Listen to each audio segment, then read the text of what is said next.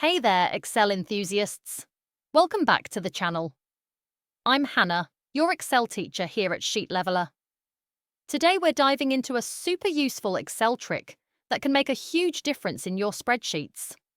We're going to learn how to calculate the number of days, months, and years between two dates. Whether you're tracking project timelines, calculating age differences, or just love Excel as much as I do, this is going to be a game changer. Let's break this down step by step so it's easy to follow. Ready? Let's go. Okay, so the key function we're going to be using is dateDiff. You might not use this function every day, but trust me, it's an absolute lifesaver when you need to figure out the difference between two dates in years, months, and days. Here's the formula. Let me break this down for you. dateDiff takes three arguments. Start, date, that's the starting date. End date, this is the ending date.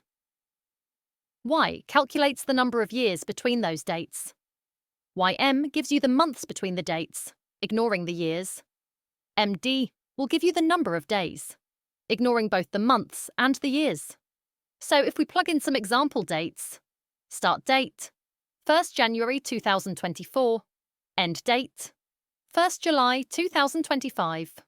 The result would look something like 1 year, 6 months, 0 days. See? Excel isn't that scary after all. You're doing great. Oh, and by the way, I'll leave this formula and all I use today in the description below, so you can copy it and try it out in your own spreadsheet. Now, I know what you're thinking. That's a lot of repetition with the dateDiff function. But don't worry, we can clean this up a bit.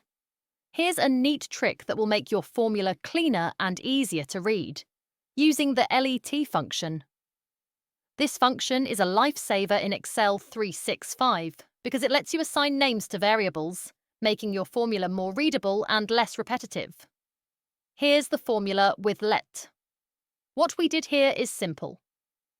We named our start and end dates as variables start and end.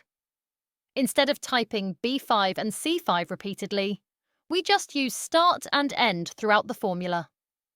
This small change makes it so much easier to read and reduces the chances of mistakes. Trust me, your future self will thank you. But wait, we can make this formula even cooler. Stick with me, and I'll show you how to make it even more efficient and user-friendly. What if you want to make the units, years, months, and days adjust between singular and plural based on the number? I know, it sounds like magic, but it's actually pretty simple.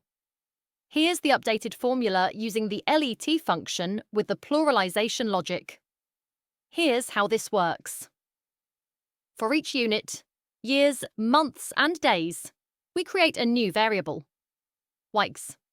If the number of years is not 1, we add an S for plural. Memis? Same for months. Days, and for days too. Now, when the result comes out, it will say things like 1 year, 2 years, 1 month, 2 months, and so on. Pretty neat, right? See how much cleaner and easier to understand that is. This is what I love about Excel. There's always a way to make things more efficient. All right, now it's your turn. Pause the video, open up your Excel, and try out these formulas yourself. Experiment with different start and end dates, and see how it works for you. You'll get the hang of it in no time. And hey, if you run into any problems or have questions, drop them in the comments below. I'm here to help. You did an amazing job following along, and I hope you found this helpful. Remember, Excel is an amazing tool, and once you get the hang of it, you'll be able to tackle almost any task with ease. Thanks for watching. If you enjoyed this, don't forget to like, subscribe, and click that bell icon so you never miss an Excel lesson.